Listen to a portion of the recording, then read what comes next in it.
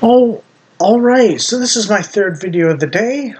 Um, this one's going to be really hardcore, and I'm going to code the speech a little bit. But one of the things the reactionaries think is that dealing with illegal immigration and dealing with the state of bureaucracy size and the size of the state and power of the state is possibly mutually exclusive or something like that. The prudentialist was arguing that keeping America American is more important than slashing the debt that Elon Musk was posting about and so on. But really, they're kind of tied together. Hear me out. The Texas Rangers existed when the state was small. I'm going to give a video game example of the kind of thing that I'm talking about here, and you can extrapolate into real-world politics yourself.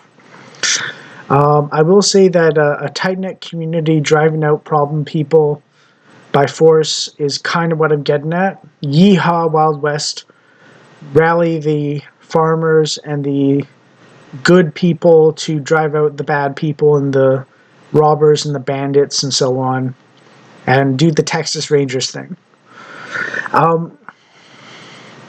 It worked in the past, it'll work today. You don't need the US Army entirely. You can use the Texas Rangers. Now, in the past, I played a video game called Tibia. It had a free market, and you could kill as many people as you wanted without getting banned. Or at least, if you killed like 50 people or 20 people, you might get banned temporarily for mass PKing. But it wasn't systematic. It wasn't automatic either.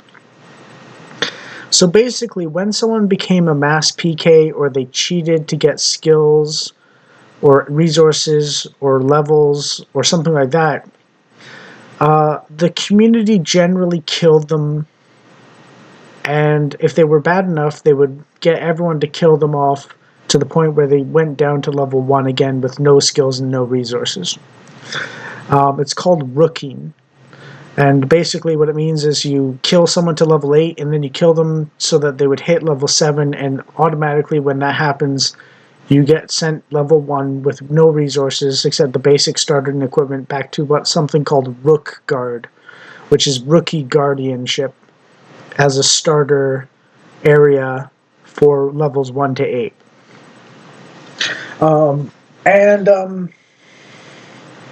There was a free market.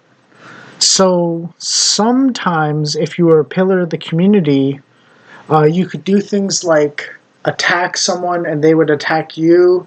And if you used low-level weapons and shields and armor and stuff like that, then you could do just a little bit of damage occasionally, and you could like eat food which would regain health and mana over the course of like 10 minutes, like 1 HP every 6 seconds or something. Or you could mana raise 1 mana per 6 seconds if you're a mage. I think 1 HP per 6 seconds is if you're a knight. And then there's paladins, which are in between, kind of 8 seconds per HP and 8 seconds per mana or something like that, you know. And the mages were like 12 seconds for HP, and the knights were like 12 seconds for mana or something. Anyways, the point is, knights would train by hitting each other, or paladins and knights could train together, or paladins and paladins could train together. And paladins were more distance attack users, and knights were more melee attack users. So that's what they fought with and so on. And you would basically use your best shields and armor or something like that. And you would just use your worst weapon possible, or your cheapest weapon possible. And you would attack each other and draw a little bit of blood on occasion. And it would be healable with a light healing spell based on the mana and or your raw health generation and so on. And the idea is to continue the attack and defense cycle as much as possible with as little damage done per hit as possible. and it would automatically generate skill levels in the relevant skill domain over time. And that was called training. And the magicians, the sorcerers and druids, sorcerers being offensive magic primarily, and druids being healing magic primarily, would do what's called mana raising, which is where they eat the food again for mana instead of health for training skills.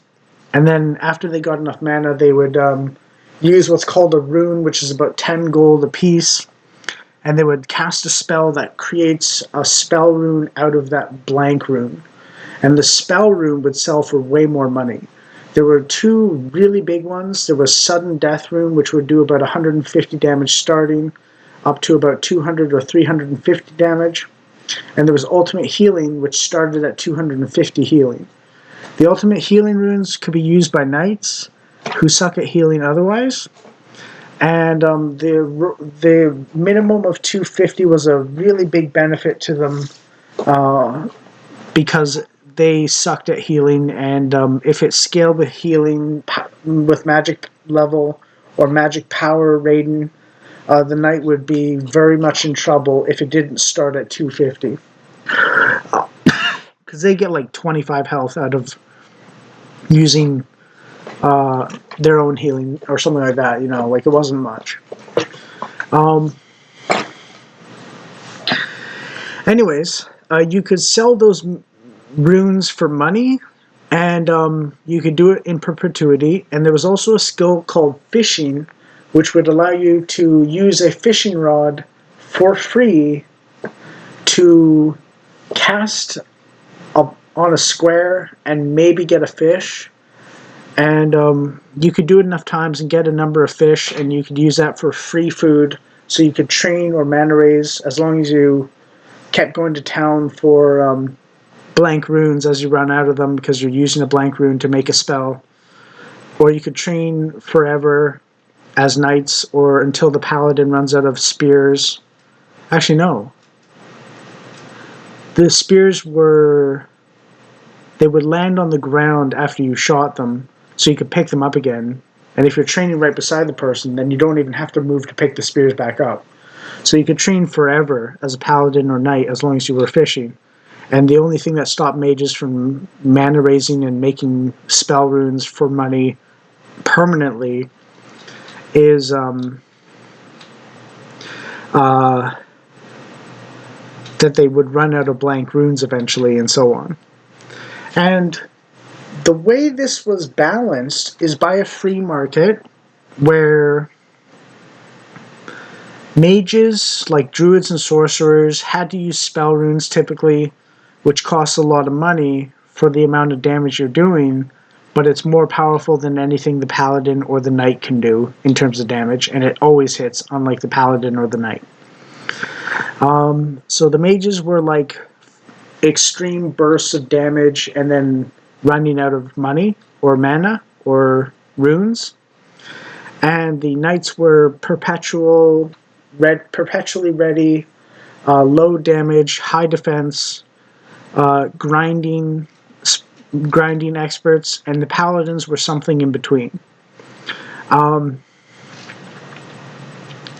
there was an economy around that, and so on. And the paladins could theoretically use stuff that was as expensive as a sudden death rune to do almost as much damage, or it was like half as expensive as a sudden death rune to do 80% of this SD damage, or something like that, or 70% of the SD damage, something like that, And so there would be a lot of knights tanking hits for people, and they had the only taunt skill there was. So like they were actually very valuable for it. Although paladins had just as good defense rating as knights when they trained it, so they could theoretically be a tank if you were skilled enough to run in between a monster and the mage or something while wearing a shield and block the attacks just as well as a knight who trained as long as you. But you didn't have the taunt skill, and you had about 2/3 the health, and so on, as opposed to 1/3 the health. Like the mages. And this was also balanced by the fact that you generally had to be at the keyboard in case someone comes along and kills you to take your stuff, because you would always lose all the contents of your backpack and the backpack itself, or the bag, or whatever you want to call it, the container slot, and everything in it would drop on your corpse. And there was about a 10% chance for helmet, chest armor, leggings, boots, rings, necklaces, and weapon and shield to drop. So you wanted to be available in case someone tried to play or kill you. And that negated a lot of the cheating and so on, because once someone was recognized as a cheater, it was profitable to hunt them down and take all their stuff. And also people wanted to do it to punish cheaters and so on. And if you were a player killer, like a psychopath or something like that, people would kill you off as well until you hit level 1 again and had to restart the game basically from scratch. And the cheaters got the same treatment. So there was community enforcement. This has changed since then, from the glory days of Tibia in its startings. There's a socialist economy in Tibia now, where the NPCs, or the government, or whatever you want to call it, kind of as a metaphor, buy stuff, like buy everything and anything that you could possibly sell that's good loot or bad loot or something like that. So you don't need another player in actuality to buy your loot and so on, which negates the free market. And you can also buy all the healing and mana potions now, as opposed to the healing runes from mages who are players. You can buy the healing potions and the mana potions from NPCs as well, so you don't need any players for a proper economy, market-based economy, or anything like that. And also, another thing that ruined Tibia is that they introduced something called the skull system, which punishes you. See, in original Tibia, there was a punishment for killing someone of like 10 to 15 minutes where you couldn't enter a protection zone after you killed someone, and you couldn't log off safely either. You couldn't log off when the monster is near you and targeting you either, for anyone. But you couldn't enter a protection zone, which means no one can attack you, and you can't log off for 10-15 minutes. You can forcefully click X on the program and quit the program, and eventually you'll log off once the player killer debuff has worn off, but it wouldn't log you off automatically or right away.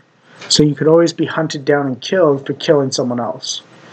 And that was the only punishment there was, other than reputation and community-based revenge and so on. The skull system basically certified that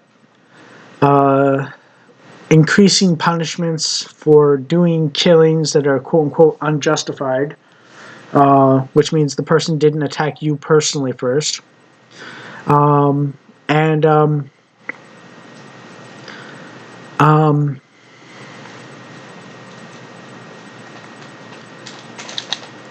basically, it ruined community enforcement of good behavior through killing bad actors to level 1 again. And all the player killers and the cheaters and the sociopaths and so on took over the entire server in like every single place. It was so bad that I stopped playing anything with PvP in the game and started playing player versus environment or monster only allowed servers for a while, because they did technically improve the areas and monster categories and availability of different types of monsters and different environments and so on. And they upped the levels So you were always able to technically earn infinite levels and skills and magic power, but people weren't developing it as much in the past. It was more flatlined or flattened out. And it was an amazing thing when someone got 100 skills, and it was an amazing thing when someone got level 100, but now we have like level 600s and like 150 skills people. You know. Um, but they increased the level ranges, basically, or recommended level ranges for various people, and they introduced themed hunting grounds designed for specific types of characters, like different classes, or as they're called, vocations. So they improved some elements of the game for higher levels and skills and so on. But by making the game socialist economy instead of market player-based economy of real people, and by removing community enforcement against player killers and cheaters, and just generally rude people as well, the game tanked because everyone was flooded with awful people that no one wanted to play with anymore. And the player base that was growing from like 1,500 people 5 years before to about 12,000 by then basically stayed the same from then on because it lost anything valuable or unique or something like that. And it was a very Wild West sort of game. And what I find is the reactionaries can probably find common cause with the libertarians in producing a basic U.S. Army and healthy Texas Rangers style approach to community enforcement of values and kicking out migrants and so on, and local police and sheriffs and deputies and so on, and it will be just fine, basically. Maybe not for big cities, but that's what local neighborhood police is for, and instead of federal agents or something like that. I guess you need federal agents technically to deport illegal immigrants, but you don't need tons of them after most of the immigrants are deported. You can basically get rid of them or put them into local law enforcement at the municipal or state level, and have militias basically police and enforce the rule of law and common sense and good values locally, especially in rural or suburban areas or something like that. Especially in rural areas, maybe not suburban. But that's what local law enforcement or neighborhood police is for, so that you have a proper community with its own enforced values at a very local level. Not necessarily a Chicago-wide police department with corruption and centralization, but imagine 10 places in Chicago with their own police department and core area that they're supposed to be representing directly, not answering to a broader centralized police system. Sort of like a city version of a sheriff and local deputies and so on. With rural areas enforcing things through militias and posses and so on, and deputization temporarily for pillars of the community citizens who are recognized as such with martial skills and guns and so on to enforce law enforcement and track down criminals and so on, with a minimal U.S. Marshals program federally, and a great reduction of the FBI's purview and so on, and the ATF and the DEA and so on. And that way you police locally and effectively the values of that neighborhood and so on. And that's what I learned playing Tibia and watching it get destroyed. And the thing is, it does tie in with federal government size and state bureaucracy and so on. The value of the Wild West is contrary to the value of socialism. And the thing is, when there's a limited federal government and a limited state, USA state level government, the local community, when it recognizes this, can band together to enforce its values much more openly without being stopped by the upper levels of government. And that is something that will sort so much out locally, at least where it's possible.